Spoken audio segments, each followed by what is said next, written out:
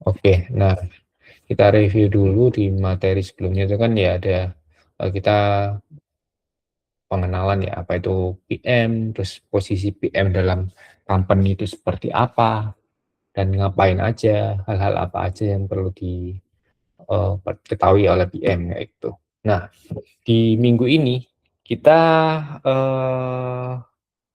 akan kalau oh ya di minggu kemarin juga sempat disinggung terkait yang dari ini kan double double dia double diamond ini di PM kayak itu.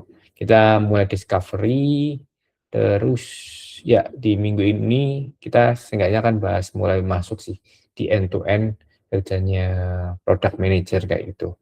Nah, yang pertama adalah research di discovery, mencari tahu problem kayak gitu, problem yang ada di user kita kayak itu. Nah, di materi ini itu pura-puranya kita itu mungkin menjadi apa ya, seorang detektif kayak gitu ya. Sorry, sudah.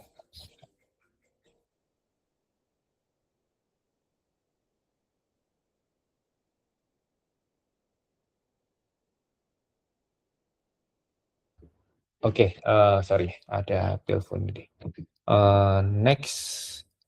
Nah, ini kan kita di minggu ini, di minggu ketiga ini kita berlagak kayak ya jadi apa ya, eh, detektif gitu untuk mencari tahu apa sih keinginan pengguna kita. Kita mulai masuk ke discovery karena sebagai product manager ya kita kan cari tahu dulu nih ada masalah apa sih di company kita kayak gitu dan oh ada target seperti apa sih di company kita. Kalau udah tahu oh kita punya target seperti ini terus ayo kita implementasi. Nah, implementasinya ini kita harus paham medan kan, kayak gitu. Paham apa sih yang akan kita kerjakan kayak gitu. Nah, di sini akhirnya kita mencari tahu medannya, memahami medan kayak gitu. Yaitu untuk mengetahui apa sih yang bisa kita jual, yang kita berikan ke customer kita kayak gitu kurang lebih. Nah, latar belakangnya mungkin ini ya, banyak sekali product manager yaitu atau ya tim-tim produk yang selainnya itu merasa menyesal karena ketika bangun produk nih, bangun fitur-fitur yang ada di company mereka itu malah jadi produk hantu istilahnya ya. Nggak pernah ada yang pakai kayak gitu. Nah, kayaknya siapapun kayak pernah kayak gitu dan termasuk aku sendiri ya di pengalamanku ya pernah membuat ya produk hantu ini istilahnya bikin-bikin fitur, udah nge-hire pastinya kan udah nyuruh apa ya tim developer kolaborasi dengan tim developer untuk bikin produknya, desainnya dan sebagainya, tapi fiturnya nggak dipakai oleh usernya kayak gitu. Nah, kenapa sih hal itu bisa terjadi kayak ini? Maka dari itulah materi ini pentingnya di situ biar ya kita ketika menjadi seorang product manager kita nggak membuat ya fitur-fitur hantu kayak gitu. Mungkin teman-teman juga pernah merasakan ada fitur apa di aplikasi apa gitu ya itu nggak pernah ada yang memakai sama sekali akhirnya ya mau nggak mau usernya nol dan di take down kayak gitu. Kalau teman-teman biasanya kayak produknya Google nih. Kalau di Play Store kan banyak tuh ada Google apa gitu. Nah itu kan mungkin ada aja yang kayak dulu itu di take down Google ini nih apa ya waktu itu ya Jamboard atau apa ya. Nah, kayaknya dilihat dari cara penggunaan usernya udah mulai jarang pakai Jamboard itu. Nah akhirnya Google take out lah gitu dan sebagainya. Nah, kenapa PM juga harus detail dan juga menjadi istilahnya detektif untuk mencari tahu apa sih yang dibutuhin user dan apakah ini benar-benar dipakai. Nah, karena ya balik lagi product manager bukan cenayang ya bisa nebak-nebak. Oh, fitur ini kalau rilis wis pasti apa ini, pasti banyak yang mau kayak gitu. Nah, tentu nggak kayak gitu juga. Nah, akhirnya, tugas PM yang pertama kali adalah sebelum aplikasi itu mulai dibuat, ya adalah, ya memvalidasi apakah yang ingin di-develop itu benar-benar nih, sesuai yang diinginkan user dan ketika itu rilis, itu menjadi apa ya, istilahnya benar-benar akan berdampak positif bagi masyarakat atau customer-nya dan juga pastinya untuk company-nya kayak gitu. Nah, jadi itu tugas awal product manager mungkin adalah ya cari tahu problemnya apa kayak gitu. Oke, next kayak gitu. Nah, mungkin ini gambaran besarnya ya, untuk melakukan research itu kira-kira step-stepnya apa aja kayak gitu. Nah, tapi ya kurang lebih ada 4 step atau proses ini. Yang pertama itu discovery kayak gitu. Terus kita mulai explore. Nah, ketika udah explore, nah kita tes ke customer-nya, terus terakhir kita dengerin, oh ada feedback kayak gini, ada feedback A, B, C, D kayak gitu. Oh ya udah, dan ini terus berlanjut. Balik lagi, oh setelah dapat feedback kayak gini, kita discovery lagi, cari tahu kira-kira solusinya apa, terus kita coba tes, explore dan tes lagi sampai akhirnya ya produk ini benar-benar mateng Mbak, gitu sih. Makanya kalau, teman-teman tahu biasanya pernah pakai aplikasi biasanya kan ada notes-nya kan kayak, oh aplikasi ini masih dalam proses uji coba dan lain sebagainya kayak itu. Nah biasanya juga, masih ya pengen cari tahu, bahkan selevel Instagram gitu kan ya. Nggak tahu ya, sering nggak ya teman-teman ngelihat, "Oh, Instagrammu kok ada fitur ini ya?" Tapi di temenku Instagramnya nggak ada fitur itu, kayak gitu.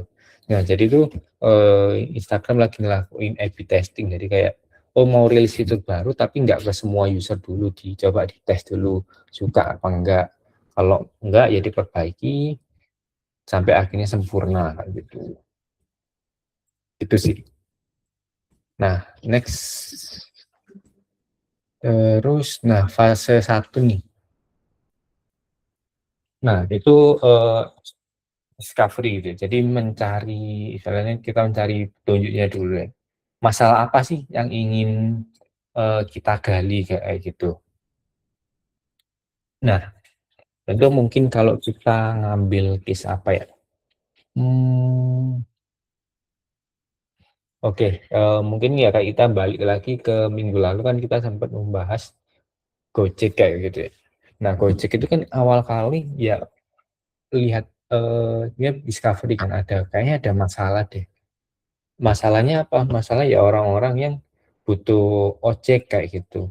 Dia harus panas-panasan nyari ojeknya, harganya juga seenaknya, nggak jelas, apa ini, deket, jauh, bisa aja juga sama-sama mahal, kayak gitu kan. Nah, akhirnya, oh ada nih, masalah kayak gitu. Jadi udah ketemu nih, oh oke, masalahnya kayak gini, dan ini harus dicari tahu solusinya, kayak gitu. Nah, tadi udah ketahuan. Oh, dan semua orang, nggak hanya satu orang aja nih yang merasa ini masalah, tapi banyak kayak gitu. Oke, berarti udah ditetapin di fase satu yaitu discovery-nya seperti apa, masalah yang diangkat itu apa. Terus lanjut nih ke fase 2-nya. Nah, memahami tersangkanya. Oke, masalahnya udah ada. Tapi, siapa sih yang akan kita bantu untuk menyelesaikan masalah ini, ya, kuncinya adalah, ya siapa sih yang akan kita bantu, kayak gitu. Kita menemukan masalah ini, ya siapa, terus, orangnya orang-orang apa, kayak gitu. Orang kantoran, kayak Gojek ya, orang kantoran di mana? Orang kantoran di Jakarta kah? Orang kantoran di Jogja, di Bojonegoro, ataupun yang mana, kayak gitu. Nah, itu harus jelas juga. Nah, konteks kesehariannya kayak gimana, kayak gitu. Terus ya frustasi terpendam di dalam diri mereka itu ya kayak kayak apa, yang kayak, mungkin orang-orang kantoran di daerah mana ya, Bandung gitu. lokasinya dingin, jadi aman aja walaupun agak jalan jauh kayak gitu barangkali, ataupun di daerah-daerah pegunungan kayak gitu, ataupun bahkan di pegunungan nggak ada orang kantoran kan. Itu sih, jadi harus clear dulu orang-orangnya itu yang mana kayak gitu. Next, setelah kita tahu nih, oke, kita punya masalah ini, terus orang-orangnya ini yang akan kita bantu. Nah, oke, kita coba nih, kita kasih solusinya, kita rumuskan solusinya, tapi jangan langsung jadi semua. Coba dulu untuk bikin prototype, kita tes. Nah, kalau orang kita mungkin ada masalah nih, kita lihat teman kita ada masalah kayak gitu. eh, Kan pasti kita tawari dulu, mau tak bantu ini ta, mau tak bantu itu ta, kayak gitu. Nggak langsung ayo yaudah ikut aku gini-gini. Nah tapi kan biasanya ditawarin dulu, oh ya mau, ya aku butuh itu kayak gitu. Oke, akhirnya dilaksanakan. Kayak kalau soalnya kalau andai kata kita dia ada masalah tapi solusi kita juga enggak solutif gitu, ya orang kan akhirnya nggak mau juga. Nah begitupun dengan customer dari produk kita gitu. Nah, jangan langsung ya akhirnya, oh ada masalah ini, ya udah kita langsung ngoding, langsung ngedesain, bikin aplikasinya, kita rilis dengan bangga-banggaan gitu ya. Bikin startup ini. Tapi nyatanya produknya tidak market fit, produknya tidak dibutuhkan oleh customer kayak itu. Maka dari itu biasanya ya kita lakukan testing dulu. Kita lakukan uji coba dulu kayak itu, bikin prototype, eh, atau bikin sketsanya dulu, nanti kita lempar tuh ke customer kayak itu. Nah, untuk fase-fase ini sebenarnya aku ngerekomendasiin ya kalau teman-teman ada banyak waktu gitu, coba baca buku ini, Lean Startup ini dari Eric Ries kayak itu. Nah ini eh, kurang lebih akan sangat mendetailkan proses-proses discovery ini, dari mulai ya proses-proses ya diawali mulai dari discovery, explore, terus testing, terus ya sampai eh, dari tahu apa itu kondisi, kondisi sebenarnya kayak gimana kayak gitu. Terus sih tadi buku ini sangat direkomendasikan kalau teman-teman pengen memperdalam apa ya, mengasah untuk proses ininya sih, discovery ini kayak gitu, dan proses iterasi produk di product manager kayak gitu. Nah, oke, balik ke sini lagi. Setelah kita mungkin kita bikin prototipe-nya, ya udah kita langsung nih kita lempar ke customer-nya. Kita udah mungkin bikin prototipe gitu, gambaran aplikasinya, ataupun di desain tapi desainnya yang sederhana. Apalagi sekarang kita udah ada banyak tools AI kayak gitu. Kita mungkin bisa pakai contoh ada namanya Lovable, Bolt, dan lain sebagainya, itu untuk bikin prototipe aplikasi jadi juga dan bisa di-share kayak gitu. Nah, itu langsung teman-teman lempar ke penggunanya, suruh make kayak gitu. Suruh make apakah itu kira-kira bisa menyelesaikan masalah apa enggak. Nah, teman-teman wawancara itu kayak gitu. Nah, kurang lebih detail dari 4 proses itu kayak gitu di sini. Kita coba next dulu. Nah, contohnya biar lebih ke gambar itu kayak gini deh. Kayak orang mau beli bor kayak gitu. Nah, mereka kan orang beli bor itu kira-kira kenapa ya? Apakah orang itu terkesan dengan mesinnya yang canggih, suaranya yang renyah, terus pegangannya yang enak dan sebagainya. Nah, itu kan orang beli bor, sebenarnya kan tujuannya sederhana, bisa bolongin temboknya kayak gitu kan. Ya, tapi kalau andai kata kita nggak paham dengan masalah itu, ya kita bisa aneh-aneh bikin bornya yang mungkin modelnya apa ya, modelnya unik gitu ya, terus warnanya aneh-aneh ya, ya mungkin ada yang beli tapi ya seberapa banyak kayak gitu kan. Nah kurang lebih kayak gitu, jadi di sini ya user experience itu. Nah jadi mereka itu sebenarnya pedulinya dengan solusi yang dikasih itu apa sih gitu. Itu dulu, terus nah, jadi untuk menemukan itu mungkin kita ada case-case ini lagi ya. Contoh nih, kita bikin produk tadi, memahami motif masalahnya itu apa, tentu ini ada kasur premium gitu. Sebenarnya kan yang dijual untuk diselesaikan masalahnya itu bukan, "Oh, kasurnya, bagus, kasurnya bisa mendul-mendul," atau kasurnya itu ketika kita loncat-loncat di pinggir, yang tengah itu nggak ikut ke apa ini, kegoyang-goyang gitu. Nah, tapi, hal yang ingin sebenarnya selesaikan atau istilahnya job to be done dari customer itu kan, ya pengen dibantu mereka itu, pengen dibantu biar kalau tidur itu nyenyak gitu, terus punggungnya nggak sakit, terus apa lagi, terus ya tidurnya nyaman gitu, sehingga aktivitas esok harinya itu bisa berjalan dengan maksimal.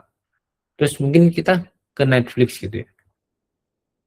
Nah, yang sebenarnya yang pengen diselesaikan masalahnya kan, ya ini kan, pengen cari hiburan yang gampang kayak gitu, bisa kabur dari stres lah ya, kurang lebih kayak gitu, dalam waktu ya berapa jam kayak gitu. Nah, di mana aja dan kapanpun ya, entah pakai HP, entar pakai PC dan komputer dan sebagainya, itu bisa kayak gitu. Jadi, ya mungkin teori ini juga penting ya. Teori istilahnya sebutnya job to be done ini JTBD ya, seringnya banyak gitu. Ini juga dibahas juga harusnya di bukunya Eric Ries ini. Itu sih. Salah. Nah, kurang lebih begitu. Terus nah, dari sini dulu, ada yang ingin ditanyakan nggak sebelum meloncat ke pembahasan selanjutnya? Apakah aman? Eh, bentar. Kalau aman ketik satu kawan-kawan. Clear clear clear. Clear ya? Oke. Lanjut. Next next next. Nah, jadi, mungkin itu ya nilai pentingnya dulu yang perlu kita, apa ya, tangkap di sini gitu. Untuk menjadi seorang product manager, ya summary-nya ya kita nggak bisa jadi cenayang gitu yang dan optimis gitu. "Oh, kita bikin aplikasi ini pasti sukses, pasti, banyak orang suka," kayak gitu. Makanya itu waktu tahun 2020-an ke bawah, ketika masih apa ya, gempor-gempornya, muncul startup ini, startup A, startup B, orang-orang kayak berlomba-lomba bikin startup. Nyatanya sampai sekarang kan ya yang survive berapa sih, bisa dihitung jari kayak gitu ya. Dari ratusan startup yang bahkan ribuan startup yang bermunculan ya gitu.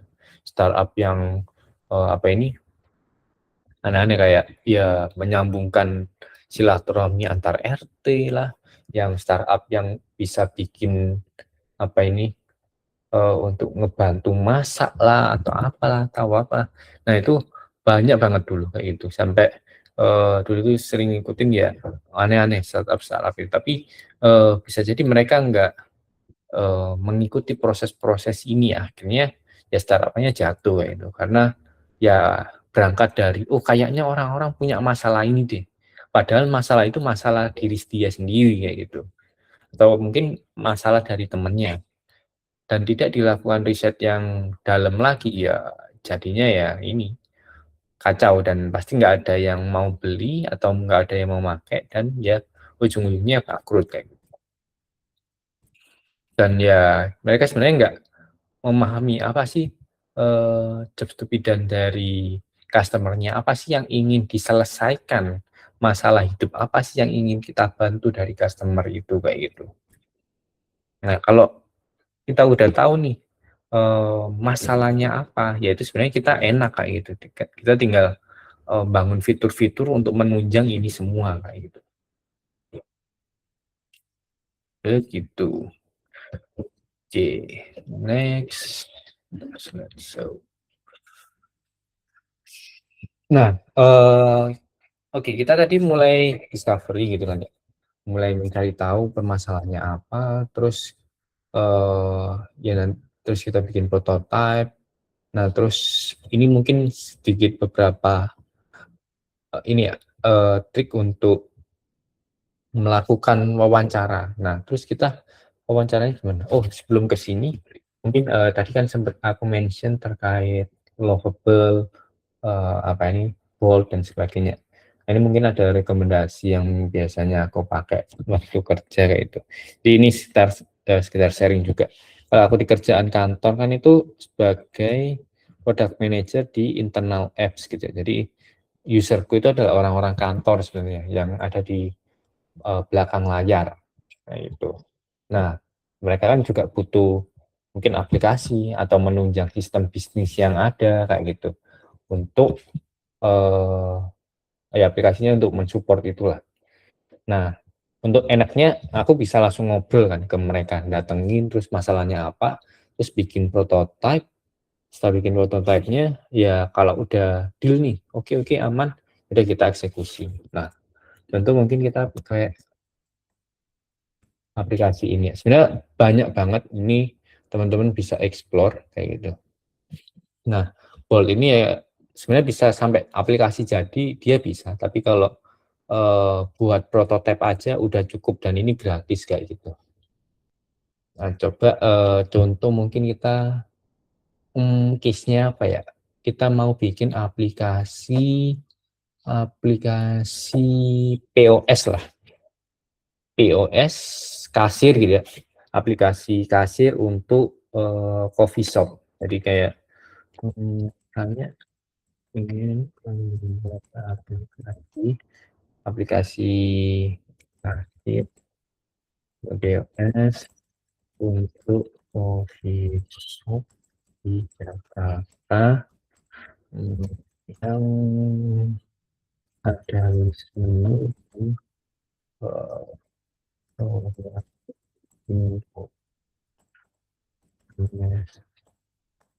iya. Nah mungkin, ini ngasal aja ya, kita plan dulu sebelumnya ya, login dulu. Nah, ini, sekilas saja, nyoba bikin prototype di kondisi ya saat ini sih benar-benar gampang banget ya, maksudnya nggak perlu kita itu kalau dulu sebelum ada kayak gini-gini, ya itu kan kita harus minta ke desainer dulu untuk bikin, desainnya lah yang gampang kayak gitu. Atau ya kita ke developer dulu bikin yang data dummy-nya dulu, aplikasi dummy-nya biar nggak terlalu effort gitu.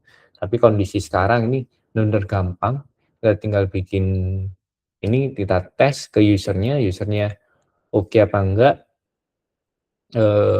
bisa lah langsung kita eksekusi di development yang real kayak gitu. Nah, cuman, kalau aku rekomendasi untuk biar gampang aja bisa ya pakai Bolt ini, nanti bisa pakai Lovable ini, dev, terus Replit, ini juga oke, gratis juga. Ini tadi, ini yang gratis-gratis ya, kayak gitu. Kalau punyanya Google ada anti gravity, ini bisa dipakai, tapi ini lebih teknikal ya nanti ya. Dia basicnya IDE, jadi perlu ya ada konteks-konteks ngodingnya juga. Cuman oke, gratis juga. Nah, ntar ini lagi generate. Hmm, ya, pentas plan.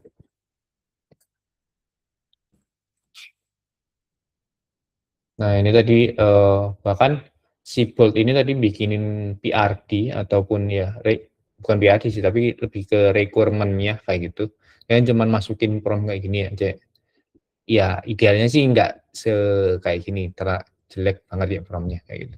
Terus detail, jadi dia mendetailkan sendiri nanti dan ini ntar aplikasinya. Ya ini sambil nunggu ini mungkin kita lanjut dulu. Tapi intinya ya untuk bikin prototype, testing ke user bisa pakai beberapa tools ini kayak gitu.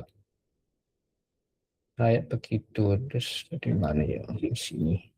Nah, oke nih, anggap aja kita udah bikin sambil ini ngebikin aplikasinya. Kita lanjut dulu. Bentar. Oke. Oke.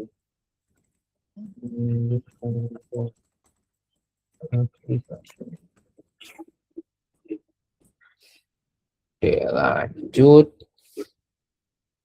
Nah, di sini ini kan anggap aja kita tadi udah bikin prototipenya lah ya untuk kita testing ke user. Nah, selanjutnya ya kita mulai testingin, suruh dia make, dan juga kita wawancara ini apa yang udah akan kita bangun dan apa yang kita kembangkan ini beneran menyelesaikan masalahnya enggak sih, kayak gitu. Nah, ini sedikit menurut saja. Biasanya orang itu eh, agak bohong biasanya kalau kayak kita gimana ini menurutmu bagus gak? Oh ya sih, menurut saya sih bagus ya, gitu gitu. Nah, tapi kita harus mengorek-ngorek lagi terkait ya kondisi masa lalunya gitu, biar ya dia menceritakan apa ya istilahnya ya, ya permasalahan realnya itu keluar kayak gitu. Nah, jadi kayak oh kalau kita mengorek masalah itu kan biasanya dia mulai keinget tuh, oh meninggalkan jejak fakta kayak oh iya ya dulu aku pernah gini dan nggak enak banget kayak gitu. Gitu sih. Jadi mungkin aturan kita wawancara itu perlu cari tahu nih perilaku masa lalunya itu kayak gimana sih, kayak gitu. Terus coba gali hal-hal yang itu akhirnya men-trigger emosionalnya untuk ya mau mengungkapkan semuanya kayak gitu. Nah, detailnya mungkin di sini.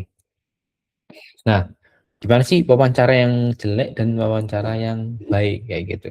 Nah, di sini mungkin case-nya kayak detektif gitu ya. Bad cop sama good detektif kayak itu. Nah, kalau bad detektif dia itu meminta user memprediksi masa depan atau menggiring opini. Contohnya kayak apakah Anda akan sering memakai fitur X jika kami membuatnya. Jadi ini tuh belum ada sebenarnya dan dia belum pernah mengalami sama sekali, tapi ditanyain gitu. Oh, mau nggak sih fitur ini bagus nggak sih menurutmu kayak gitu. Oh, kita mau ngembangin ide bisnis ini menurutmu bagus nggak sih? Atau kita tanya ke teman atau kerabat juga ya.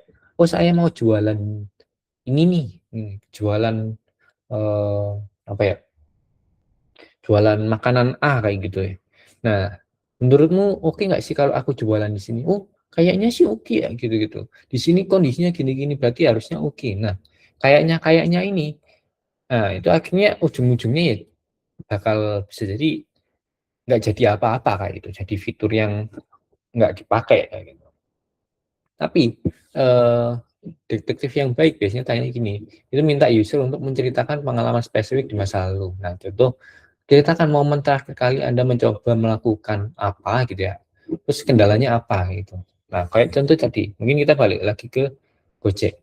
Nah, oh, coba ceritakan waktu kamu nyari ojek itu gimana, kayak gitu. Prosesnya gimana dari mungkin oh saya turun kantor ya jam jam apa jam pulang kantor jam 5 itu udah capek, pikiran penuh, terus habis dimarahin bos dan lain sebagainya. Tapi nyari ojeknya nggak ada, terus kalau mau ke stasiun juga jauh gitu. Oh gitu. Terus pokoknya digali terus dan coba pakai metode 5 5H yang ada di yang kita sempat bahas minggu lalu gitu ya. Nah, terus ya dari ini respon customer-nya kan nanti mengungkapkan tuh langkah nyatanya terus frustasinya itu di mana di tiap-tiap titiknya kayak gitu. Nah, mungkin itu sih apa ya? Contoh untuk men-trigger itu ya jangan ini eh, haram mungkin punya tanya, oh kalau saya bikin gini mau make nggak? Nah, itu pasti ya dia mengada-ngada ataupun bisa jadi sungkan dengan kita. Oh iya mas bagus itu, gitu. Tapi ujung-ujungnya enggak, ya jawab karena sungkan aja kayak gitu. Tapi kalau kita mengalami kayak oh biasanya waktu contoh karena aku di internal apps gitu, oh biasanya waktu ngerjain ini, berapa lama gitu, terus ada masalah apa biasanya antar mungkin dari sisi komunikasinya atau kondisi-kondisi yang lain. Oh, ada masalah apa sih waktu ini? Apa aplikasinya sering sering ngeheng atau flow-nya terlalu banyak gitu dan sebagainya gitu. Nah, akhirnya ketahuan tuh sebenarnya masalah-masalahnya di mana gitu. Nah, ini balik ke yang tadi ya. Nah, untungnya kita sekarang ada di PM yang dibantu sama AI kayak gitu. Tools AI sekarang sangat banyak dan teman-teman bisa explore lagi di ya di banyak sekarang sumber-sumber dari YouTube dan sebagainya kayak gitu. Tinggal kita mau mencari aja kayak gitu. Pasti pasti dapat kayak gitu. Nah, tools-toolsnya mungkin tentu kalau ini ya untuk proses discovery tadi. Nah, ada yang namanya Dovetail ini untuk menyaring ribuan wawancara atau keluhan kayak gitu. Terus kalau pingin yang market research tanpa wawancara sebenarnya ada pakai Perplexity itu cukup akurat data-datanya, apalagi yang berbayar kayak gitu ya. Terus untuk menganalisa data bisa nanti pakai notebook LM kayak gitu untuk ya. Nah, notebook LM ini juga bagus kayak gitu. Jadi dia andai kata teman-teman ada data-data wawancara nih A, B, C, D berdokumen-dokumen banyak lah dari tiap user kayak gitu. Itu nanti dirangkum dalam satu tempat. Nah, terus network LM ini akan membatasi skupnya di situ sehingga biasanya kan AI kita banyak halusinasi kan ya. Nah, di sini network LM ini sejauh ini halusinasinya cukup rendah kayak gitu. Jadi bagus untuk kalau kita udah melakukan interview nih dan lain sebagainya, data-datanya ada, terus mau kita summarize kayak gitu. Kita cari insight-nya. Nah, terus sebentar. Oke, sorry. Terus di sini ini ya untuk kondisi terakhirnya apa aja sih yang perlu kita lakukan kayak itu untuk memvalidasi produk, terus iya tadi di discovery dan wawancara. Nah, kurang lebih untuk mencari produk yang itu pasti dibutuhkan user demikiannya tadi. Nah, kita perlu riset tuh berkelanjutan yang kayak tadi kayak itu. Terus ya juga perlu integrasi yang benar kayak gitu. Terus analisis. Nah, kira-kira apa sih yang pengen mereka selesaikan dan untuk membantu itu semua ya pakai AI tools yang ada kayak gitu. Nah, akhirnya kita bisa mendapatkan ya apa ini insight-insight yang customer butuhkan gitu. Oke, kita sambil balik ke sini. Oh, ya kayaknya tokennya habis. Sebentar, aku lagi prepare karena ini tokennya habis. Kita coba aja di sini. Hmm,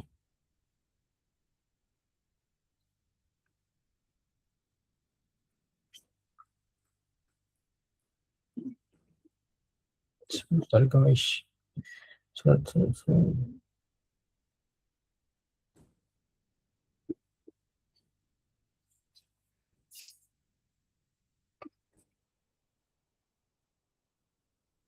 Oke, langsung aja buat.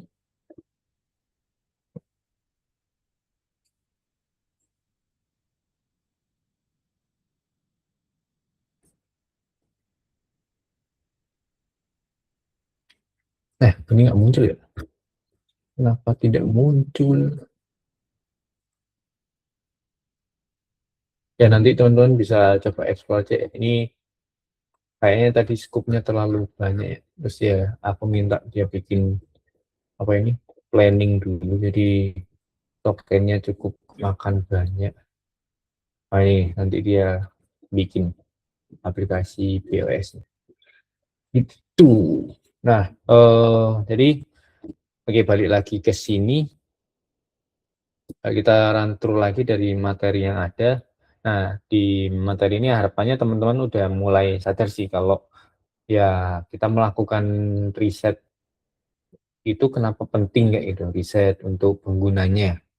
Nah, dan yang paling penting mungkin dari yang paling penting ya menurut aku pribadi yang ini sebenarnya PM itu harusnya begini kayak gitu. Sepengalaman itu adalah kita banyak-banyak aja kerja bareng user kayak gitu. Jadi dulu ketika awal kali aku masuk ke kantorku yang sekarang itu, aku pernah menyempatkan waktu gitu ya, seminggu atau 2 minggu, karena waktu itu user pertamanya, salah satu usernya adalah customer service gitu ya. Nah, aku kerja jadi customer service walaupun aku bukan customer service kayak gitu. Jadi kayak ada nih customer service si A kayak gitu. Nah, aku izin ke lead-nya untuk ya kerja bareng dia, ngebantuin dia apapun kayak gitu, nongkrong di pinggir dia, terus bantuin dia. Ya sebenarnya nggak bantuin banyak sih, soalnya kayak ya dia kan yang nerima telepon, terus nerima eh, apapun lah dari customer kayak gitu ya, terus ngecek-ngecek kayak gitu dan sebagainya. Nah, selama seminggu aku jadi customer service, akhirnya bener-bener tahu tuh, oh gini end to end menjadi customer service, terusnya begini, nggak enaknya itu begini kayak gitu, enaknya mungkin ada kayak gitu. Nah, nggak enaknya juga, oh tangkap semua. Akhirnya dari situlah tahu apa yang akan kita bangun kayak gitu. Nah, jadi yang menjadi PM itu, kerjaan PM ya dinamis teman-teman. Jadi nggak bisa selalu diprediksi kayak hari ini ngapain, besok ngapain gitu. Bisa jadi hari ini full sama user, besok full sama atasan dan sebagainya, stakeholder yang lainnya gitu. Itu sih. Jadi mungkin hal-hal seperti itu tuh penting untuk teman-teman lakukan kayak gitu. Kalau sudah jadi apa ini? Kita refresh. Kenapa nggak ada yang muncul dari tadi? Nah, kayak gini nih. Nah, ini tuh dalam sekali prompt kayak tadi ya, kita pakai Lovable, saya ingin bla bla bla bla bla. Nah, jadi nih aplikasinya gitu. Set, coba ya sekarang gitu. Nah, ini front end aja sih, tapi nggak ada back end-nya. Kalau kita back end-in, sebenarnya ya tingkat lanjut lagi lah ya untuk pengerjaannya kayak gitu. Nah, ini sampai bikinin ada. Terus barangkali si baristanya lupa buat menu ini resepnya kayak gimana gitu. Nah, ini ada bla bla bla bla bla bla gitu. Ini pasir. Udah, ini nggak sampai beberapa menit jadi. Oh, nggak guna nih developer jadi ini. Apa ini tiba-tiba ya begitulah. Ya bisa jadi ya banyak apa ya proses-proses yang semakin diefisiensikan. Ini kalau mau kita sambungin back end sebenarnya bisa, tapi ya karena ini bukan kelas web coding, nanti mungkin lu kelas lain ya. Begitu teman-teman. Oh, kalau pengen nyambungin lagi, ini bahkan kalau dipublish bisa di deploy nih. Ini langsung coba kita deploy ya. Lalalala, continue. Iconnya ya udahlah nggak usah. Deskripsinya.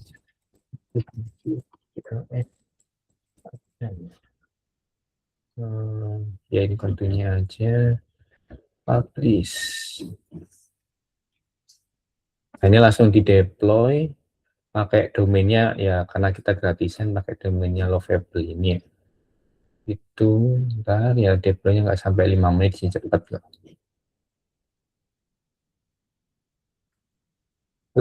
Kok nge-lag? Bang Nurdin juga buat kayak gini nih Bang Adam.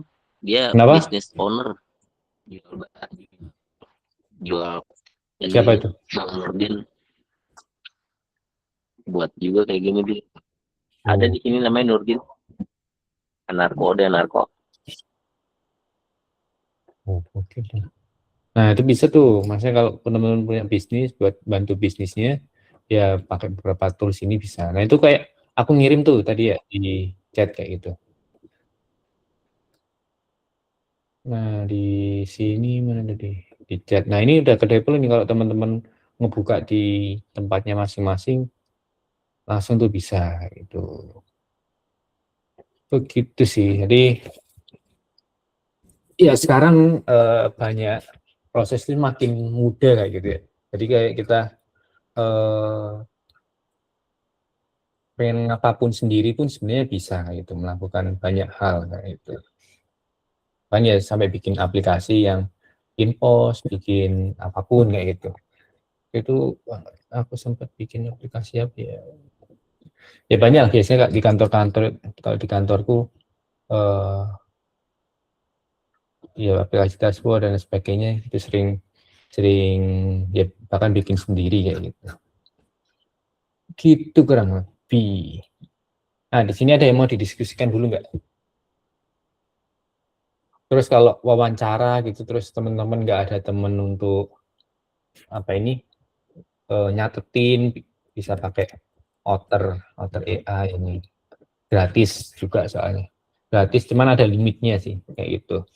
Nanti di summary langsung. Cuman kalau pakai bahasa Indonesia kayaknya agak jelek ini. Pakai Notion sih bagus, Notion AI gitu. Itu sih. Nah, intinya eh, tetap keep learning aja dan mungkin ini yang sering aku sampaikan di minggu-minggu sebelumnya ya, Ada terkait yang nanya tuh Bang Adam, apaan tuh Mas? Mana nggak ada pertanyaan?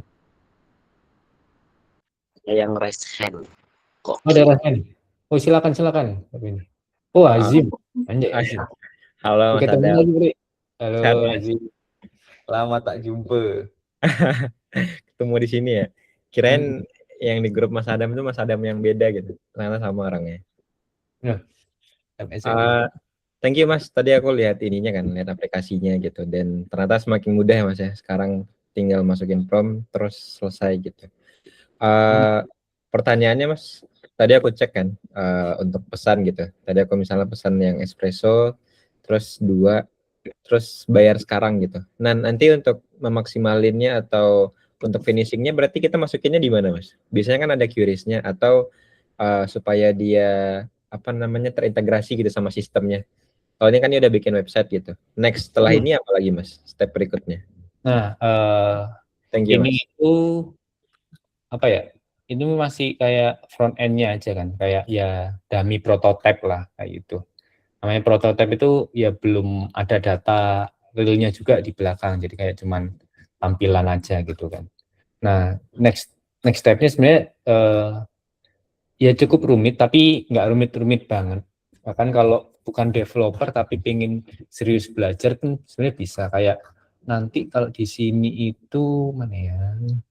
Nah, di enaknya Lovable ini, kalau teman-teman benar-benar awal nih, newbie kayak gitu, dia itu udah terintegrasi sama sama back end service-nya dia kayak gitu. Jadi eh, mana ya? Bahkan dia udah ada AI-nya juga kalau ingin teman-teman bikin ada AI-nya. Nah, contoh ini nih, built-in database kayak gitu. Jadi teman-teman bisa langsung apa ya? Ada user manajemennya, authentication-nya itu langsung dibikinin nama dia, terus database-nya juga. Kalau mau pakai QRIS, nah QRIS kan biasanya ini kan perlu ada eh, integrasi integrasi dengan payment service-nya kan. Kalau Indonesia biasanya ada Mitrans sama Doku, Ada Sedit, ya ada Iplaymu, Sedit. ada Duitku, Oh, iya. banyak-banyak. Nah, itu perlu bikin akunnya ini dulu, nanti Oh iya, ada saya. kredensialnya gitu ya. Nah, nanti perlu disambungin aja sih di sini sebenarnya bisa bisa aja kayak itu. Cuman eh, jangan pernah ngasih. Biasanya kalau di kita login nih Mitrans gitu ya, kita punya akun Mitrans. Jangan ngasih kredensial kayak istilahnya itu nanti ada tokennya gitu ya. Nah, token itu jangan pernah ngasih di AI-nya, nanti data token itu bisa eh, masuklah ke database-nya AI-nya. Ya pun andai kata terpaksa masukin itu buat integrasinya, ya perlu diganti lah itu. Tapi itu nanti lebih dalam lagi sih Mas Hasim. Oh, Kalau berarti masuk ya Mas ya. Ini untuk prototipe awal aja berarti Mas ya, gambaran ya, awal yang tapi mau kalau kita mau bikin. dilanjutin terus ya, ya promnya lanjutin terus aja nggak apa-apa. Gitu. Cuman ini kan Oh, tadi oke. saya yang gratisan ya, jadi nah ini Oh, Mas. tinggal setengah gitu. Padahal cuma sekali prom doang gitu. Oke. Menarik. Thanks Mas untuk insight-nya. Nah, kalau yang lovable ini, kalau teman-teman bikin aplikasinya ada AI-nya gitu ya. Nah itu udah ada nih dan gratis dengan catatan ada limitnya gitu. Kayak per hari cuman boleh ngehit berapa gitu-gitu doang sih. Nah ini ada loh APG gitu-gitu sih. Nah kalau teman-teman pengen benar-benar newbie tapi pengen bikin aplikasi, nah itu bisa nih dari pakai Lovable ini enak, dia itu udah end to end dibikinin kayak gitu. Kayak gitu.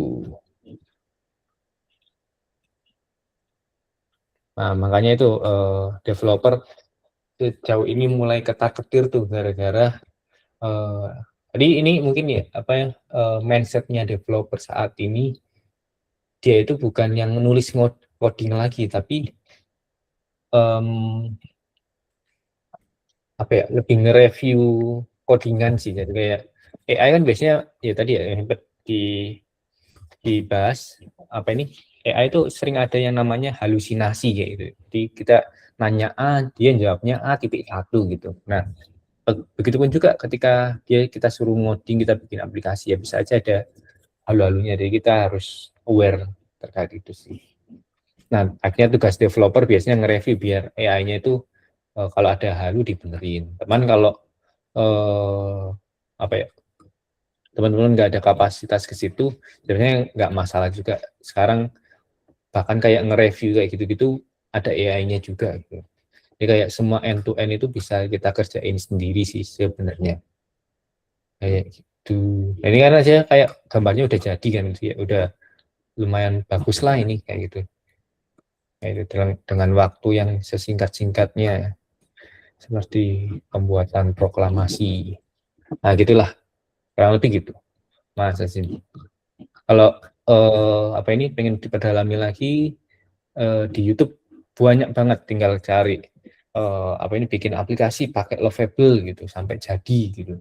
Nah itu pasti banyak banget pakai anti gravity, pakai Replit, pakai Bolt ini gitu sih. Cuman ya ini agak ya cuman kalau mana ya? Dashboard. Pricing apa itu Pro. Nah, sebenarnya juga lumayan kayak per bulan $25.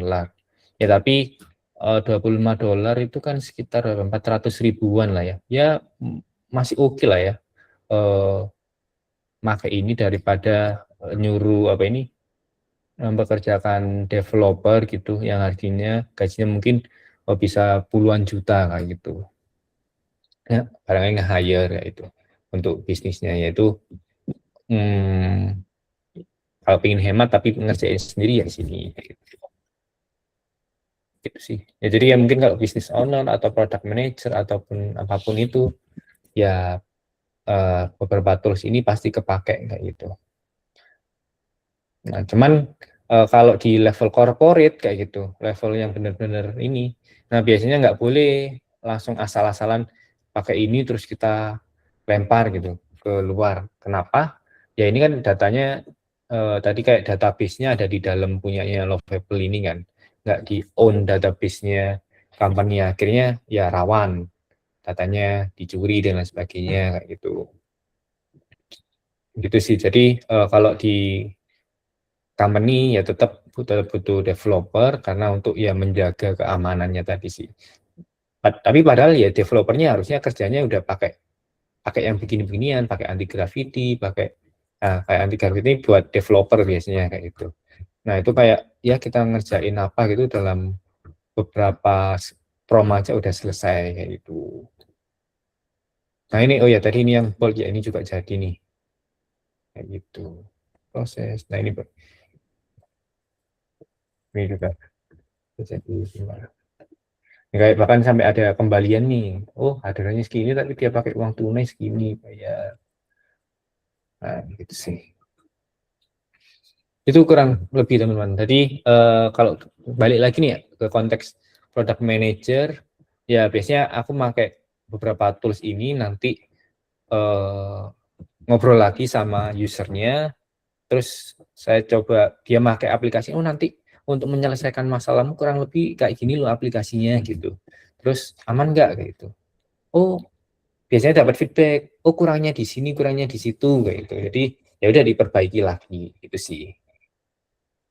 Nah, sampai akhirnya udah fix, oh ya bener ya kayak gini, barulah diimplement sama si developer kayak gitu.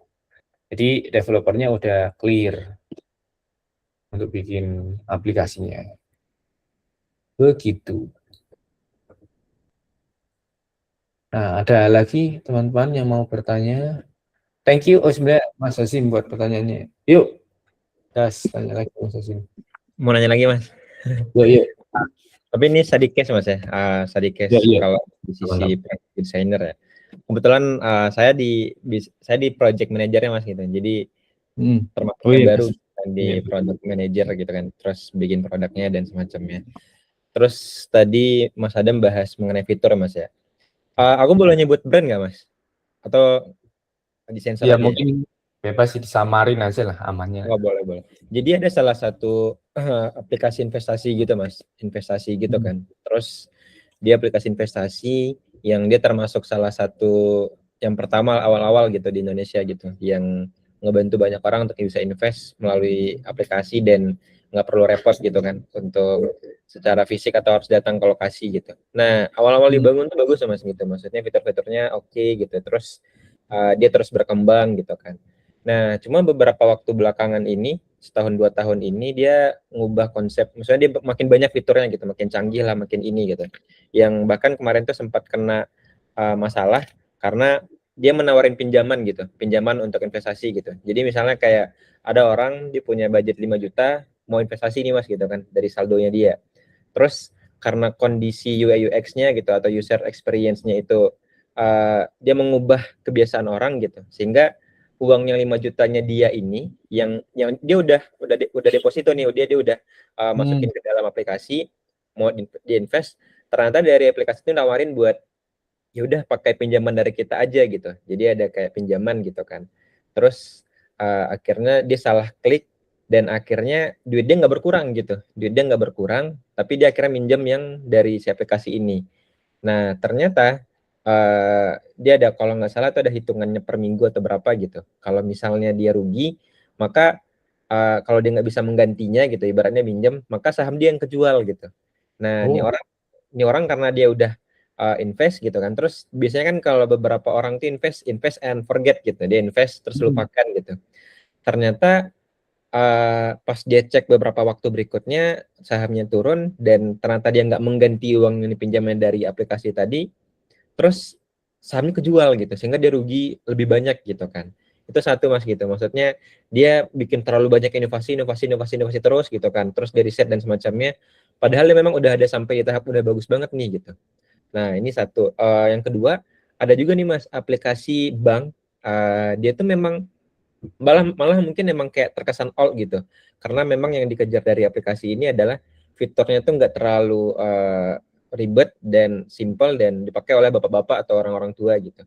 Nah pertanyaan aku Mas, apakah memang dalam product designer ini, misalnya dari tadi ya, kalau di bagian pertama riset berkelanjutan ya, UX cycle gitu kan nanti kita cek mana nih yang benar-benar dibutuhkan, atau misalnya ini ada fitur yang hantu dan semacamnya gitu. Apakah memang produk designer selalu bikin yang baru gitu, atau memang kalau udah nih kayaknya udah perfect, kayak kita nggak berkembang lagi, kita pertahanin ini gitu, atau memang itu suatu harga yang harus dibayar gitu, maksudnya ketika suatu aplikasi itu merasa kayaknya udah bagus dan kita nggak berkembang lagi, khawatirnya kan dia jadi tertinggal gitu. Tapi kalau dia terlalu maju, terlalu banyak dia perubahannya, apa namanya, inovasinya, justru jadi nggak nyaman buat usernya gitu. Kira-kira kita harus berada di posisi mana Mas gitu, kalau dari sudut pandang seorang product designer gitu. Oke. Ini ya, pertama kalau mendekati aplikasinya dirasa udah mateng, kayaknya aplikasi itu nggak akan pernah mateng dan terus berkembang. Kenapa? Kayak gitu. Contoh Gojek nih barangkali. Oh, tiba-tiba ada aturan hukum kayak apa ya? Kan kita bikin produk itu kan terikat sama kita hidup di negara kan. Di negara itu juga ada hukum. Nah, selama hukumnya berkembang, terus ada aturan-aturan baru, ada regulasi baru, ya pasti itu harus kita sesuaikan lagi kayak gitu. Untuk kayak kalau dulu aplikasi apa ya? Oh, aplikasi ini. Dulu aku pernah di Brivi kan, yang itu tanda tangan digital. Nah, itu kayak hampir beberapa bulan sekali itu pasti ada pengembangan di aplikasinya untuk ngikutin aturan hukum yang ada kayak gitu di Indonesia gitu terkait tanda tangan digital.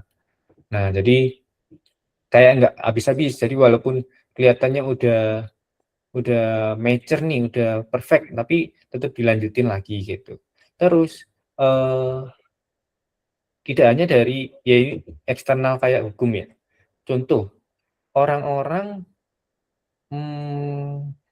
apa ya?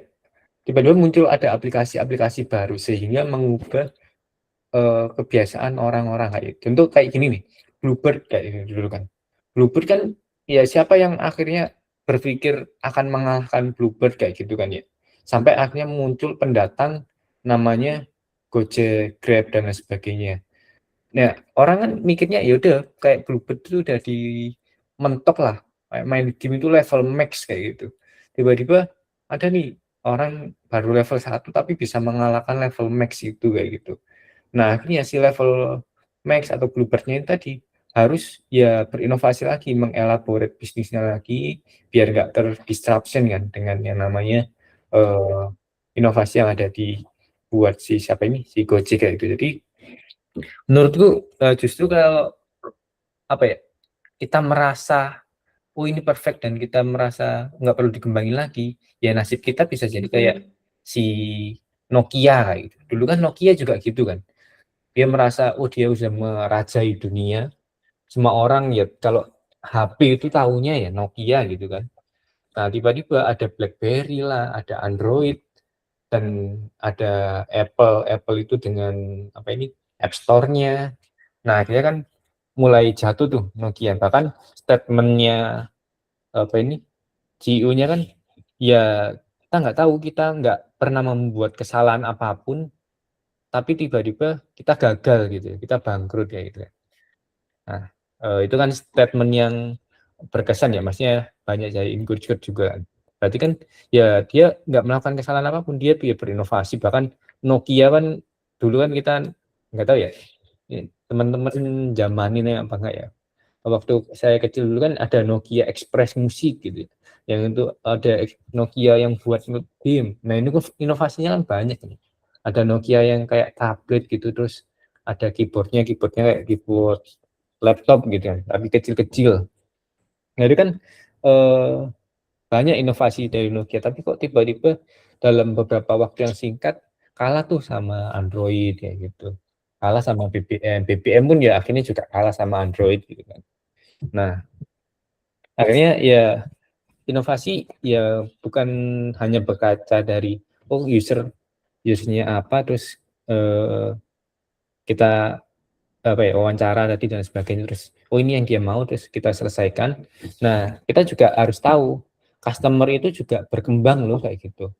Customer itu ya namanya kayak kita ini ya, dulu orang-orang yang milenial, orang-orang yang Gen Z, sekarang ada Gen Alpha gitu ya, punya behavior sendiri-sendiri kayak gitu. Belum lagi nanti segmennya, oh nanti orang-orangnya tren barangkali ke sini, semakin ke sini kan orang-orang suka gaya hidup sehat gitu ya. Berarti kan bisa jadi ada kebutuhan-kebutuhan yang harus kita penuhi kalau andai kata aplikasi kita ada hubungannya sama itu kayak gitu. Contoh, mungkin aku akhir-akhir ini kayak kepikiran gitu ya. Di jasa ekspedisi kan biasanya pakai kayak packing kayu gitu kan ya.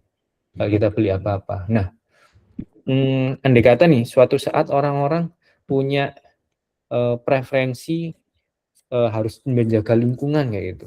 Nah bisa jadi kita ganti tuh yang awalnya pakai packing kayu, nggak pakai packing kayu lagi gitu. Ini buat retail ya, yang kan sekarang juga di industri retail kan, nah, kayak itu. Apakah itu berpotensi? Mungkin berpotensi aja kayak gitu. Jadi ya kayaknya aplikasi, kalau menurutnya ini sudut pandangku, ya aplikasi nggak akan mungkin stuck selama orangnya nggak stuck juga gitu. Kecuali kalau bahkan makanan ya, kalau orang makan kan kayaknya ya namanya manusia makan ya makannya gitu-gitu aja. Cuman sekarang kan orang-orang mungkin istilahnya mungkin agak narsis gitu ya. Kita selain jualan makanan kita harus jualan tempat kayak gitu. Orang bisa foto-foto dan sebagainya, harus hits, harus kekinian kayak gitu. Kalau nggak gitu nggak laku kayak gitu. Tapi kan ya itu balik lagi ke customernya. Padahal ya sebenarnya kalau kita mau jualan makanan gitu, jualan nasi pecel, ya udah tinggal buka warung aja di pinggir jalan selesai. Tapi kan bisa jadi ya karena orang semakin ke sini makin melihat kesehatan gitu, tren hidup sehat. Akhirnya kalau warungnya kelihatan nggak bersih dikit, nggak ada yang mau datang kayak gitu. Atau warungnya deket banget sama apa ini tempat sampah gitu barangkali, ya nggak ada yang mau datang kayak gitu. Nah akhirnya kan semakin sini semakin ya pola pasar kan berubah, jadi harus tetap ini sih digali terus. Makanya di proses ini tadi kan muter terus nih, habis kita dengerin oh kita discovery lagi, karena ya mau nggak mau orang ini berubah. Bisa jadi si A ini ngomongnya sekarang ngomongin terkait A gitu ya. Nah, 6 bulan lagi dia ganti orang nih, orang yang sama tapi secara kepribadiannya jadi B kayak gitu. Ya kan bisa aja kayak gitu kan. Sehingga ya harus, makanya ini bukan proses yang berhenti. Terus kayak development framework ini juga bukan proses yang berhenti gitu ya. Jadi kalau kita udah deliver ya udah kita balik lagi discover, define, terus deliver lagi, develop lagi gitu muter-muter terus sih. Ya kurang lebih gitu Mas Asim. Ada pertanyaan kurang jelas nggak jawabannya?